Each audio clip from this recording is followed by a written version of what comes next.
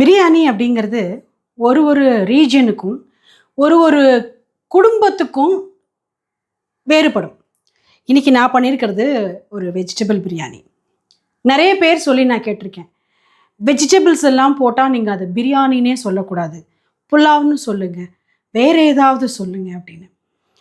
நிறைய பேர் இப்படியும் சொல்லி கேட்டிருக்கேன். சிக்கன் எல்லாம் போட்டால் அது ஒரு பிரியாணியா, கோஷ் அந்த மட்டன் போட்டால் தான் அதுக்கு பேர் பிரியாணி அப்படின்னு. அப்போது எதை நம்ம பிரியாணி அப்படின்னு நம்ம அங்கீகரிச்சிருக்கோமோ அதை விட கொஞ்சம் வேறுபட்டால் அதை நம்ம ஒத்துக்கிறது இல்லை.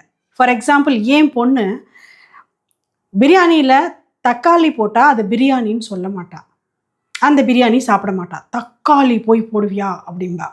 ஆனால் சவுத்தில் தக்காளி போட்டு தான் பிரியாணி பண்ணி நான் பார்த்துருக்கேன். ரைஸுமே பாசுமதி ரைஸில் மெஜாரிட்டி ஆஃப் இந்தியா பிரியாணி பண்ணும். சவுத்தில் நம்ம சின்ன அந்த சீரக சம்பா அரிசி போட்டு பண்ணுவோம். ஒரு வாட்டி இந்த பிரியாணியோட ஹிஸ்ட்ரி என்னன்னு நம்ம பார்க்கலாம். அப்போ நமக்கு ஒரு கிளாரிட்டி கிடைக்கும்.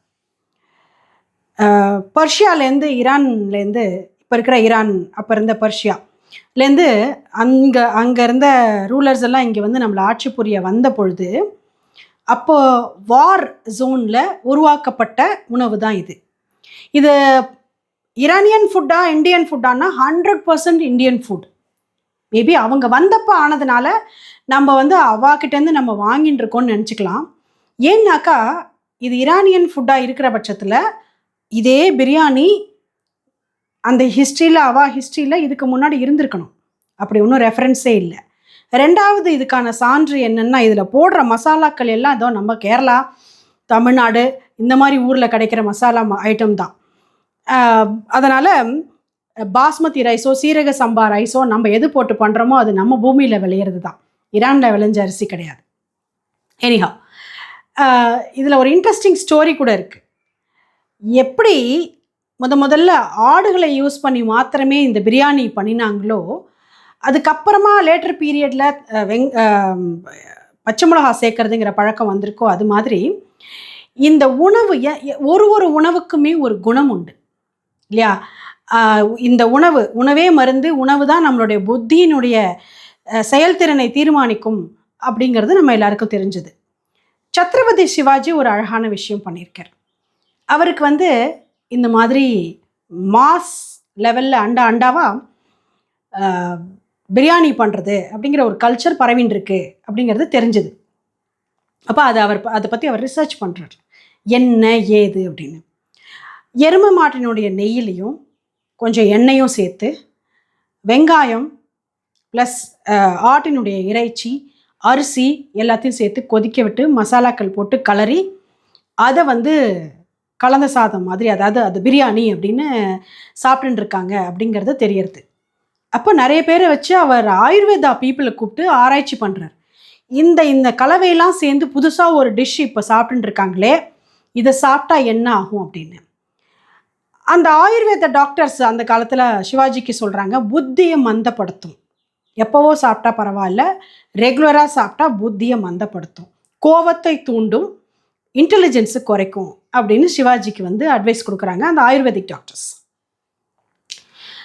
அப்போ சிவாஜி என்ன பண்ணுறார், தன்னுடைய கைத்தேர்ந்த சமையல்காரர் ஒருத்தரை ரொம்ப நன்னா இந்த கோஷ் போட்ட ஆடு போட்ட அந்த பிரியாணி பண்ணுறதுக்கு ட்ரைனிங் எடுத்துக்க சொல்கிறார். இவரும் இன்னொரு அதை தேர்ந்த ஒரு ஆள்கிட்ட போய் 3 மாதம் ட்ரைனிங் எடுத்துன்னு வர்றார். இவரை ஒரு ஸ்பையாக அஃப்சல் கான் கிட்ட, இவருடைய எதிரி அவர் தானே, அஃப்சல் கான் கிட்ட இவர் சிவாஜி அனுப்பிச்சி வச்சு அவருடைய தலைமை சமயக்காரராக இவர் முன்னேற அளவுக்கு இவர் டேலண்டடாக அனுப்பி வைக்கிறார்.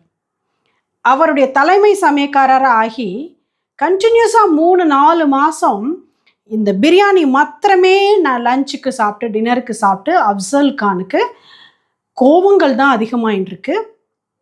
ஆத்திரக்காரனுக்கு புத்தி மட்டுங்கிற மாதிரி எல்லாத்துக்கும் புத்தி மட்டுறது. ஓகே, அப்போது ஒரு 3 மாதம் வரைக்கும் நான் இந்த பிரியாணி தான் சாப்பாடு கொடுத்தேன் அப்படின்னு சிவாஜிக்கு அந்த ஸ்பை சமயக்காரர் இன்ஃபர்மேஷன் கொடுக்குறார். அதுக்கப்புறம்தான் சிவாஜி அஃப்சல் கானை புலிநகங்கள்லாம் போட்டுண்டு சந்திக்க போகிறார். இதை முன்னாடியே போயிருக்கலாமே, ஏன் 3-4 மாதம் கழித்து போனார் அப்படின்னா, இன்கேஸ் அவனுடைய 6th சென்ஸ் யூஸ் ஆகி வேற ஏதோ வச்சுட்டுருப்பாரோ சிவாஜி, ஆயுதங்கள் இல்லைனாலும் சும்மா வர ஆள் கிடையாதே, வேற ஏதாவது கொண்டு வந்திருக்கணுமே அப்படின்னு புத்திசாலித்தனமாக அந்த இடத்துல யோசிச்சிடக்கூடாது இல்லையா, அந்த புலிநகத்தை கண்டுபிடிக்கக்கூடாது இல்லையா. அதனால் புத்தி மற்ற வரைக்கும் அவனுக்கு அந்த பிரியாணி சாப்பிட வச்சு அதுக்கப்புறமா இவர் போய் அவனை ஆலிங்கனம் பண்ணி அவனை கிழிச்சதா, அப்சல் கானை கிழிச்சதா வரலாறு. பிரியாணி பண்ணிட்டு இப்படி ஒரு வார்த்தையும் சொல்வாளா யாராவது? ஆனால் கதை அப்படி இருக்குது, ஒரிஜினல் கதை அப்படி இருக்குது, நம்ம என்ன பண்ணுறது. ஸோ எவ்ரிடே சாப்பிட்ற ஃபுட்டு பிரியாணின்னு நான் என்றைக்குமே நினச்சதில்லை. என்றைக்கோ ஒரு நாளைக்கு சமைச்சு சாப்பிட்றதுல தப்பே இல்லை. இதுதான் பிரியாணி அப்படின்னா, பிரியாணிங்கிறதுக்கு அர்த்தம் என்ன அப்படின்னா, பிரியாணினாலே அது ரைஸ் தாங்கிறா இரானியன்ஸ். நான் இதை கற்றுன்றது என்னோடய முஸ்லீம் ஃப்ரெண்ட்ஸ் கிட்ட ஹைதராபாத்தில். ஸோ நான் பண்ணுறது முக்கால்வாசி ஹைதராபாதி முஸ்லீம்ஸ் பண்ணுற ஸ்டைலில் இருக்கும், இல்லை கொஞ்சம் கொஞ்சம் லக்னோயி முஸ்லீம்ஸ் பண்ணுற ஸ்டைலில் கூட இருக்கலாம். ஏன்னா அவள் 2 பேரும் கொஞ்சம் ஸ்லைட் டிஃப்ரென்ஸில் தான் சமைப்பாள் பிரியாணி. எனக்கு சவுத்தில் எப்படி பண்ணுறா பிரியாணிங்கிறத நான் இன்னி வரைக்கும் கற்றுண்டு பண்ணினதில்லை. ஏன்னா இது எங்கள் ஆத்தில் எல்லாருக்கும் பிடிக்கும், அதனால் இப்படி தான் நான் பண்ணுவேன். என்னுடைய அந்த ஈரானியன் டிசெண்டன்ஸில் வந்த அந்த முஸ்லீம் ஃப்ரெண்ட்ஸ் எல்லாம் எப்படி அவங்க வீட்டில் தர்காரி பிரியாணி பண்ணுவாங்களோ அது மாத்திரம்தான் நான் பண்ணியிருக்கேன். அப்படி தான் எனக்கு பண்ண தெரியும். அவள் வந்து கோஷ் பிரியாணி பண்ணுவாள். யாருக்காவது ஜுரம் அடித்தா நம்மளாம் ரசஞ்சான் சாப்பிடுவோம் இல்லையா, அந்த மாதிரி என்னோடய ஃப்ரெண்டாத்தில் தர்காரி பிரியாணி பண்ணி சாப்பிடுவாள். அப்போ அதில் கிராம்பு நிறைய போடுவாள். அது ரொம்ப ஈஸியாக டைஜஸ்ட் ஆகி சுட சுட உள்ளே போகும்போது அப்படியே கிளென்ஸ் ஆகி பெட்டராக ஃபீல் பண்ணுவாள் அப்படிங்கிறதுக்காக.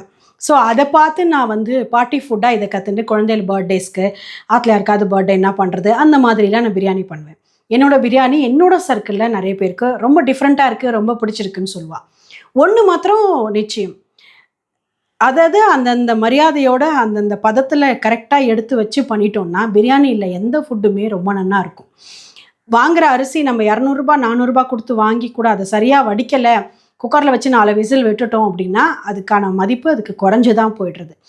அதுக்கான அந்த அரிசி மலரும் நேரம் அதை பார்த்து அதை இறக்கி, காய்கறிகள் முக்கால் வெந்திருக்கான்னு பார்த்து அதோட இதை சேர்த்து, வாசனைக்காக போடுற அத்தனை திரவியங்களையும் கரெக்டான நேரத்தில் அளவு கம்மியாகவும் சரியாகவும் போட்டு எல்லாத்தையும் அந்த கெமிஸ்ட்ரி ஒரு வாட்டி குக்காக விட்டோம் அப்படின்னாலே மூடி வச்சோன்னாலே போகும். இதுக்கு நான் வந்து யூஸ்வலாக ஆட்டா போட்டு இது கூட கட்டலாம், சப்பாத்தி மாவில் சுற்றி ஒட்ட வச்சுட்டு அது தம் கூட போடலாம்.